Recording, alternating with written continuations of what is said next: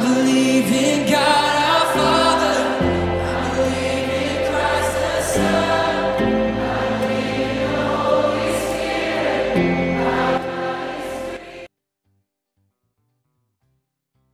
Kita membaca kisah tentang orang Samaria yang murah hati. Di situ ada seorang imam, ada orang Lewi, ada orang Samaria. Saudara mau jadi orang mana kira-kira? Imam, Samaria, Lewi. Mau jadi mana? Samaria. Yakin? Yakin saudara bisa jadi Samaria? Kalau saudara mau jadi orang Samaria itu berarti tiap-tiap hari saudara harus duduk di jalan antara Yerusalem dan Yeriko. Tunggu orang kena rampok, saudara tolong. Tunggu orang kena rampok, saudara tolong. Tunggu orang kena rampok, saudara tolong. Lama-lama tidak ada yang kena rampok, saudara yang kena rampok. Ya, tapi tidak apa-apa, itu saudara punya kerinduan situ. Saudara. Lantas kemudian datanglah. Ada seseorang yang dirampok dan dipukul hampir mati di situ. Datang seorang imam, dia tolong kok tidak? Dia tolong. Makanya saudara tidak mau jadi orang Samaria, mau jadi orang imam itu kan? Kenapa? Karena masa imam tidak tolong orang susah. Tapi juga jangan buru-buru. Imam-imam itu kadang-kadang terlalu banyak di bait Allah. Sejak ditabiskan mereka tidak punya, ada yang tidak punya kesempatan melayani malah. Anggaplah dia punya sebuah kesempatan. Lantas dia pergi ketemu orang itu. Kalau dia sentuh itu orang, berdarah, apalagi mati, dia najis, dia tidak bisa menjalankan ibadah. Dia tidak bisa menjalankan pelayanan. Kalau saudara imam itu ada ketemu orang yang seperti itu, saudara tolong kok tidak? Tolong kok tidak? Kalau saya ya tergantung siapa yang dirampok. Kalau yang dirampok itu janda muda, saya pasti tolong. Saya yakin saya pasti. Tapi kalau yang dirampok itu nenek-nenek sudah tua 80 tahun, mungkin saya akan bilang nenek, ini mungkin jalan Tuhan. Tapi saudara tetap mau jadi Samaria itu ya. Lalu datang orang Lewi. Siapa orang Lewi itu? Orang Lewi itu adalah satu kelompok yang memang sengaja dipisahkan untuk urus ibadah di bait Allah. Paling tidak ritual orang-orang Israel. Mereka pun tugas khusus itu. Kenapa aktivitas ritual itu dari pagi sampai petang di situ? Mereka harus selalu siap itu.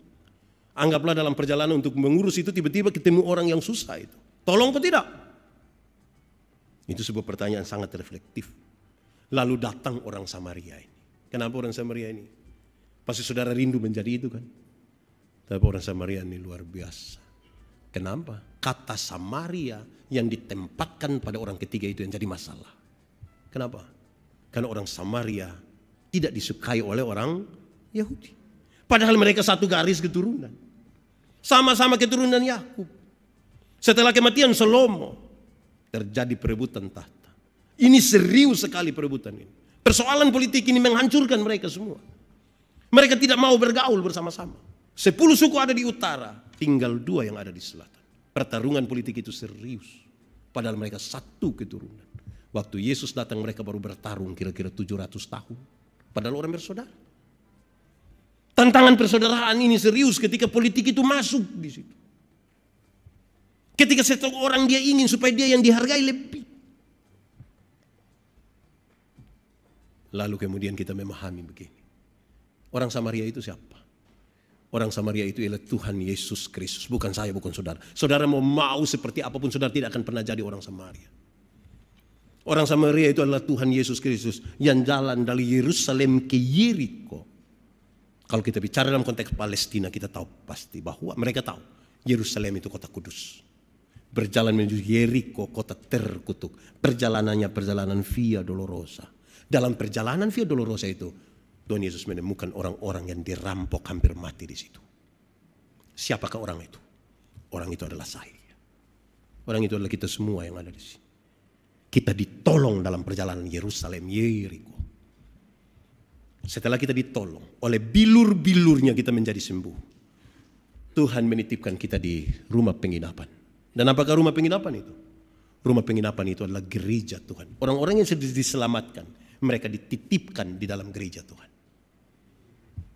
Mestinya dalam konsep ini orang memahami kita orang bersaudara. Siapakah kita? Kita semua ini orang yang tadi dirampok sehabis-habisnya hampir mati dalam perjalanan Yerusalem Yeriko. Mestinya kalau kita orang-orang bersaudara persis seperti kita di rantau. Kita orang Timor. Mungkin waktu di Kupang kita tidak saling kenal, kita tidak baku dapat, tidak bersayang. Waktu ketemu di sini seolah-olah kita satu tali perut. Mestinya ini yang kita rasa di situ. Orang-orang Batak mungkin di kampung mereka tidak terlalu kenal. Waktu di sini kita rasa sehati sepenanggungan. Kita orang-orang percaya. Mungkin ketika ada di tempat lain selain gereja kita tidak saling mengenal. Mestinya di sini kita bersatu. Amin. Jangan berusaha menghancurkan persekutuan. Karena itu setelah disucikan itu kamu dapat mengamalkan persaudaraan yang tulus. Persaudaraan mesti harus persaudaraan yang tulus. Karena ada yang tadi tidak tulus. Harus memahaminya dalam konteks itu supaya peristiwa Natal ini menggerakkan saya dan saudara untuk menikmati persaudaraan itu. Atau yang kedua saudara, persaudaraan kita sebagai orang-orang yang betul-betul saudara. Saya bertanya kepada banyak ibu-ibu. Ibu-ibu melahirkan itu sakit kok tidak? Sakit, terlalu sakit. Mau melahirkan normal atau abnormal tetap sakit juga.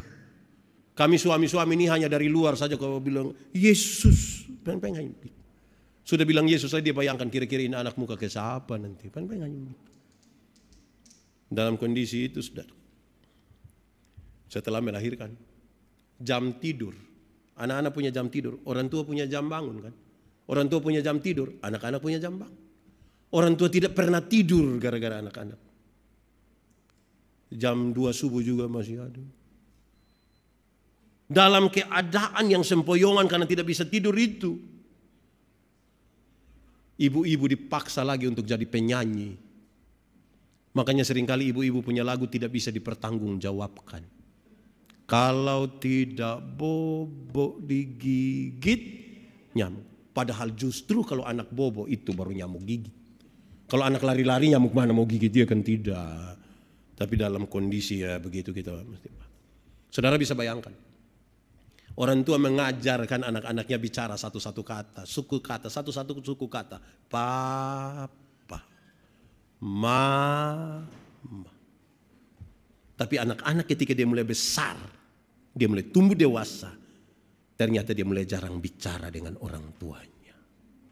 Amin. Saya mau tanya saudara. Di antara kita masih ada kok yang orang tuanya masih hidup di kampung. Masih ada kah? Coba cek ada berapa banyak kali kita telepon mereka sehari. Kita bisa aktif di media sosial 8 jam per hari. Tapi belum tentu terkoneksi dengan mereka. Belum tentu. Orang tua mengajar anak-anak tuh jalan satu-satu langkah. Tapi sayang ketika anak-anak besar mereka mulai tidak suka jalan sama-sama orang tua. Ini sebuah tantangan. Coba mari kita renungkan. Ada banyak orang tua, saya tidak mungkin mengajarkan lebih dari orang-orang tua ini. Tapi saya mengatakan begini. Apa sih kerinduan terbesar dari orang-orang tua buat anak-anak? Apa sih? Jawabannya ringan saja. Kerinduan terbesar dari orang-orang tua buat anak-anaknya adalah mereka mau supaya anak-anak ini hidup berdampingan dengan baik. Mereka biasa bilang, kalau pakai bahasa Kupang bilang, kawin orang baik-baik ya. Ingat kamu kakak adik jangan bertengkar. Kan itu kerinduannya begitu. Saya kira itu menjadi catatan buat kita. Ketiga, terakhir. Hendaklah kamu sungguh-sungguh saling mengasihi dengan segenap hatimu. Kata dasarnya, kasih.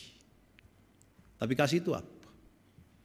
Kasih itu saya membayangkan luar biasa. Beberapa hari yang lalu ketika saya berkhotbah tentang kasih. Kalimat ini menjadi penting. Kasih ialah sebuah kebaikan yang tidak bisa dipatahkan oleh apapun, itu namanya kasih. Kebaikan yang tidak bisa dipatahkan oleh apapun juga. Itu kasih. Koma di situ, ada lanjutan. Kasih tidak bisa berubah menjadi kebencian, tidak bisa. Kasih tidak bisa berubah menjadi kebencian. Kita ketemu banyak kondisi di mana ada orang, kenapa terlalu marah dia? Pak, dulu saya terlalu mengasihi dia. Dulu saya terlalu mengasihi. Tapi setelah dia berselingkuh ini, saya lihat dia punya muka itu. Kasih ini telah berubah menjadi kebencian. Saudara tidak sementara mengasihi. Karena kasih tidak boleh terpatahkan oleh apapun. Kasih juga tidak bisa berubah menjadi kebencian. Kalau mengasihi, ya mengasihi saja. Orang mengasihi tanpa alibi. Tidak bisa dengan alasan. Mau mengasihi, mengasihi saja. Mau memberi saja. Mau melakukan saja. Tidak boleh ada alasan. Itu kasih. Sekarang praksisnya menarik. Saudara boleh jawab. Kita lebih mengasihi diri kita atau lebih mengasihi orang lain? Mengasihi diri. Alkitab juga bilang begitu. Kasihilah sesama manusia seperti engkau mengasihi dirimu sendiri. Berarti kalau orang tidak mengasihi dirinya, tidak mungkin dia mengasihi orang lain. Amin. Sekarang pertanyaannya begini. Kalau pendeta Manobe benci sama pendeta Victor, yang rugi pendeta Manobe atau pendeta Victor? Manobe rugi kan? Kenapa? Setiap kali melihat Pak Victor punya wajah, saya senang kok tidak? Tidak senang. Setiap kali orang bicara Pak Victor punya kebaikan, saya hati senang kok tidak? Setiap kali beliau bilang selom Pak Manobe, saya hati senang kok tidak? Kalau saya sayang saya pun diri, saya harus berhenti membenci Pak Victor. Amin. Pertanyaan reflektifnya adalah, ada orang yang kita tidak suka? Ada kok. Dia ada duduk di sini. Coba lihat dia. Saudara lihat saya semua ini. Ini kalau mengasihi diri, kita pasti tidak mau hati kita. Kan orang mengasihi dirinya dia tidak mau terluka. Siapa mau melukai dia pun diri. Orang kalau mengasihi dirinya dia tidak mau pusing dengan apapun yang bikin rusak dia. Dia benci kepada orang lain itu mengganggu dia. Saudara bayangkan kalau kita benci orang baru besok dia beli motor. Kita pikiran kan. Kita suruh orang tanya yang cek dulu. Yuk dia kredit kok cash itu. Kita pusing itu. Kalau kita benci orang kita hidup tidak sehat. Karena itu saudara-saudara pernyataan ini penting. Ada himbauan, hendaklah kamu sungguh-sungguh saling mengasihi. Tapi untuk kita bisa saling mengasihi, saya harus mulai dari saya mengasihi saya pun diri. Harus. Dalam mengasihi diri saya itu ya saya bisa berjumpa dengan orang lain. Untuk itu. Ini semua datang dari mana? Mestinya datang dari perjumpaan. Perjumpaan pribadi kita dengan Kristus. Yang menggerakkan kita. Gerakan untuk mengasihi harus sebuah gerakan yang tulus ikhlas dari hati keluar. Saya merasa kadang-kadang kita punya kasih itu kasih yang pencitraan sekali. Saya bayangkan, kami ini ikut-ikut acara, saya lihat separuh bilang begini, Bapak Gubernur, Kepala Daerah, Nusa Tenggara Timur yang kami hormati. Kata-katanya hormat, tapi apakah memang dia menghormati? Belum tentu kan. Bapak Ibu Pendeta yang kami kasih, betul-betul kasih. Drama. Lalu kita mau hidup dalam kepalsuan sampai kapan? Pengampunan itu satu paket dengan pendamaian. Pengampunan satu paket dengan pendamaian. Itu kasih. Orang tidak bisa bilang dia mengampuni tapi dia tidak berdamai. Di mana ada pengampunan di situ mesti ada pendamaian. Tapi saudara dari segi dari realitasnya ada orang mau mengampuni tapi tidak mau berdamai. Contoh. Orang yang mengampuni tapi tidak mau berdamai itu dia selalu bilang begini. Untuk marah saya tidak marah. Untuk marah saya tidak marah. Kau mau marah buat apa? Kita sudah tua-tua begini marah orang buat apa? Kalau dia mau datang juga silakan, rumah ada. Tapi untuk saya mau pergi ke dia biar sah, biar. Pernah dengar itu kalimat? Atau sendiri omong? Mau mengampuni tapi tidak mau berdamai. Ada yang sebaliknya, mau berdamai tetapi tidak mau mengampuni. Itu biasa terjadi di anak-anak. Anak-anak itu kalau main kelereng, mereka bertengkar, mereka berkelahi. Orang tua datang, hei, damai, damai. Itu kau saudara. Ayo damai.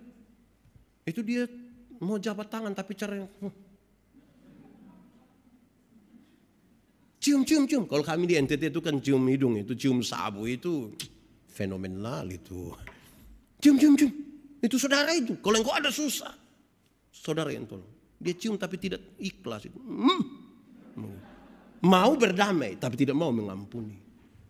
Kalau kita membangun persaudaraan, dua hal ini untuk menyatakan kesungguhan dari sebuah kasih, pengampunan, pendamaian. Kenapa saya bicara pengampunan di poin akhir, saudara? Paling tidak ada dua hal. Pertama, kalau kita tidak mengampuni, kita tidak pantas untuk diampuni. Ampunilah kami sama seperti kami mengampuni orang. Itu bicara soal keseimbangan. Tuhan, kalau saya mengampuni seseorang 2 kali, saya dapat hak untuk diampuni berapa kali? Tapi kalau saya tidak mengampuni seseorang, maka saya harus berdoa kepada Tuhan, Tuhan, tolong jangan ampuni saya, karena saya belum mengampuni dia. Kedua, kenapa pengampunan menjadi salah satu topik penting dan membangun sebuah persaudaraan? Karena tiap hari kita ketemu orang. Semakin banyak kita ketemu orang, makin banyak orang tidak memuaskan kita punya hati. Siapa yang tugas tiap hari memuaskan kita punya hati? Coba kasih tahu saya. Tidak ada kan. Semakin banyak orang yang kita ketemu, makin banyak orang tidak memuaskan kita. Dan salah satu syarat terbaik untuk menangani hal ini adalah pengampun. Kita di rumah yang suami satu, istri. Di rumah istri berapa? Satu ya. Suami satu, istri satu, anak dua saja. Satu bisa bikin marah satu. Itu di rumah. Apalagi kita keluar dalam komunitas-komunitas. Kalau hati tidak luas untuk mengampuni, sulit kita membangun sebuah persaudaraan. Tuhan memberkati kita. I believe in God our Father. I believe in Christ the Son. I believe in the Holy Spirit.